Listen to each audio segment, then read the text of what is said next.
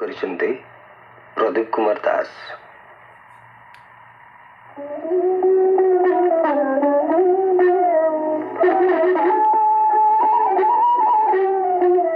ଆଜିର ଶୁକ୍ରବାରଟି ସମଗ୍ର ବିଶ୍ୱରେ ଶୁଭ ଶୁକ୍ରବାର ରୂପେ ବିଦିତ।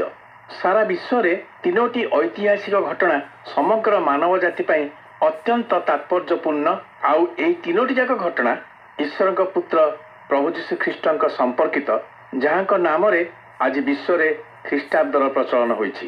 ପ୍ରଥମଟି ହେଲା ଯେଉଁଦିନ ସ୍ୱୟଂ ଈଶ୍ୱର ମନୁଷ୍ୟ ରୂପୀ ହୋଇ ଏ ଧରା ବକ୍ଷରେ ଭୂମିଷ୍ଠ ହେଲେ।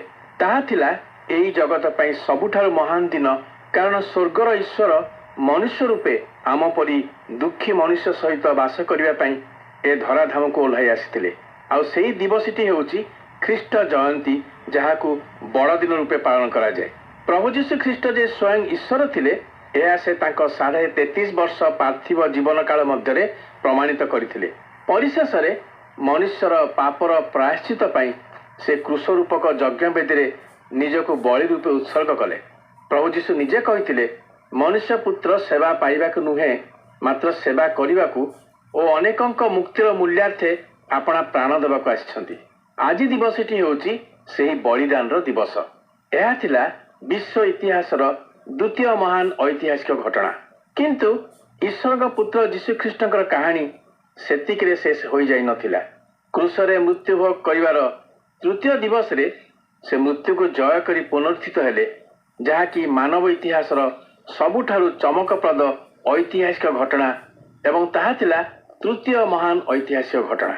ଯୀଶୁ ଯେ ଈଶ୍ୱର ଥିଲେ, ମୃତ୍ୟୁରୁ ତାହାଙ୍କର ପୁନରୁତ୍ଥାନ ଥିଲା ତାହାର ଶେଷ ପ୍ରମାଣ।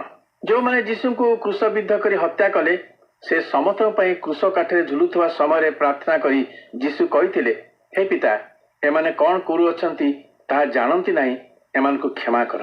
ତେବେ ଯେଉଁ ଶୁକ୍ରବାର ନିଷ୍କଳଙ୍କ ନିଷ୍ପାପ ଈଶ୍ୱରଙ୍କ ପୁତ୍ରଙ୍କୁ କ୍ରୁଶବିଦ୍ଧ କରି ହତ୍ୟା କରାଗଲା, ତାକୁ ଶୁଭ ଶୁକ୍ରବାର ବୋଲି କହିବାର ତାତ୍ପର୍ଯ୍ୟ କ'ଣ? ତାର କାରଣ ହେଉଛି ତାଙ୍କର ମୃତ୍ୟୁ ନଥିଲା ଏକ ସାଧାରଣ ମୃତ୍ୟୁ, ତାହା ଥିଲା ମନୁଷ୍ୟର ପାପ ପାଇଁ ଈଶ୍ୱରଙ୍କ ପୁତ୍ରଙ୍କର ପ୍ରାୟଶ୍ଚିତକାରୀ ମୃତ୍ୟୁ। ମନୁଷ୍ୟର ପାପର ପ୍ରାୟଶ୍ଚିତ ପାଇଁ ପ୍ରଭୁ ଯୀଶୁ ସ୍ୱେଚ୍ଛାରେ ନିଜ ଜୀବନକୁ ବଳିଦାନ ପାଇଁ ଅର୍ପଣ କରିଥିଲେ। ସେ ନିଜେ କହିଥିଲେ, କେହି ମୋର ପ୍ରାଣ ମୋ ଠାରୁ ନେଇପାରେ ନାହିଁ, ମାତ୍ର ମୁଁ ଆପେ ତାହା ଦାନ କରେ। ତାହା ଦାନ କରିବାକୁ ଓ ତାହା ପୁନର୍ବାର ଗ୍ରହଣ କରିବାକୁ ମୋର ଅଧିକାର ଅଛି। ଯୀଶୁଙ୍କର କ୍ରୁଶୀୟ ମୃତ୍ୟୁ ହେଉଛି ମନୁଷ୍ୟର ମୌଳିକ ସମସ୍ୟାର ଏକମାତ୍ର ଉତ୍ତର। ମନୁଷ୍ୟର ସବୁଠାରୁ ବଡ଼ ସମସ୍ୟା ରାଜନୈତିକ, ଅର୍ଥନୈତିକ, ସାମାଜିକ ବା ଅନ୍ୟ କିଛି ନୁହେଁ, ମାତ୍ର ମଣିଷର ସବୁଠାରୁ ବଡ଼ ସମସ୍ୟା ହେଉଛି ତାର ରୋଗାକ୍ରାନ୍ତ ଭ୍ରଷ୍ଟ ହୃଦୟ, ଯାହାକି ଏକ ମାରାତ୍ମକ ରୋଗରେ ପୀଡ଼ିତ। ଏହି ରୋଗକୁ ବାଇବଲ ନାମ ଦେଇଛି ପାପ। ଆମର ଏହି ରୋଗାକ୍ରାନ୍ତ ଭ୍ରଷ୍ଟ ହୃଦୟ ବିଷୟରେ ବାଇବଲର ଜିରିମିୟ ପୁସ୍ତକ 17 ପର୍ବ 9 ପଦରେ ଲେଖାଯାଏ, ମନୁଷ୍ୟର ହୃଦୟ ସବୁଠାରୁ କପଟମୟ ଏବଂ ଏତେ ଭ୍ରଷ୍ଟ ଯେ ତାର ପ୍ରତିକାର ନାହିଁ, କିଏ ତାହା ବୁଝିପାରେ? ପାପର ଧ୍ୱଂସକାରୀ ଶକ୍ତି ଆମର ଆତ୍ମିକ ଜୀବନ, ମାନସିକ ଜୀବନ, ନୈତିକ ଜୀବନ ଓ ଶାରୀରିକ ଜୀବନକୁ ଭୟଙ୍କର ଭାବେ ଆକ୍ରାନ୍ତ କରିଛି। ପାପ ହେତୁ ମଣିଷର ଶାରୀରିକ ଜୀବନ ରୋଗ, ଜରା ଓ ମୃତ୍ୟୁର ଅଧୀନ ହେଲା। ଏ ହେଲା ପାପର ଭୟଙ୍କର ପରିଣତି। ଆଜି ଭ୍ରଷ୍ଟାଚାର, ଦୁଷ୍ଟତା ଓ ମାଂସିକତାରେ ପୃଥିବୀ ପରିପୂର୍ଣ୍ଣ। ଯେତେ ଆଇନ ପ୍ରଣୟନ କରାଗଲେ ମଧ୍ୟ ସେଥିରୁ ଆମ ସମାଜ ମୁକ୍ତ ହୋଇପାରୁନାହିଁ। ଈଶ୍ୱର ମଣିଷକୁ ଯେଉଁ ଉଦ୍ଦେଶ୍ୟରେ ସୃଷ୍ଟି କରିଥିଲେ, ମନେ ହେଲା ସତେ ଯେପରି ତାଙ୍କର ଯୋଜନା ପଣ୍ଡ ହୋଇଗଲା। କିନ୍ତୁ ପ୍ରେମମୟ ଈଶ୍ୱର ନିଜ ସୃଷ୍ଟ ମନୁଷ୍ୟକୁ ପାପର କବଳରୁ ମୁକ୍ତ କରି ନିଜ ସହିତ ପୁନର୍ମିଳିତ କରିବା ପାଇଁ ଏକ ପରିତ୍ରାଣର ଯୋଜନା କଲେ। ପବିତ୍ର ଈଶ୍ୱର ପ୍ରେମମୟ ଓ ନ୍ୟାୟବାନ।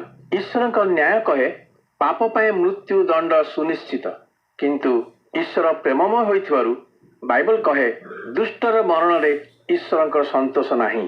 ଈଶ୍ୱର ଚାହାନ୍ତି ଆମେ ଯେପରି ତାହାଙ୍କ ସହିତ ମିଳିତ ହେବୁ।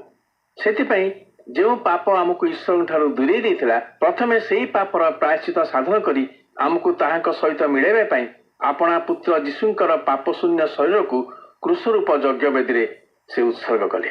ମନୁଷ୍ୟକୁ ଆପଣା ସହିତ ମିଳିତ କରିବା ପାଇଁ ଈଶ୍ୱର ଓ ମନୁଷ୍ୟ ମଧ୍ୟରେ ପାପର ଯେଉଁ ବିଭେଦ ପ୍ରାଚୀର ଥିଲା, ଖ୍ରୀଷ୍ଟଙ୍କର ପାପଶୂନ୍ୟ ଶରୀରର ବଳିଦାନ ଦ୍ୱାରା ତାହା ଦୂର ହେଲା।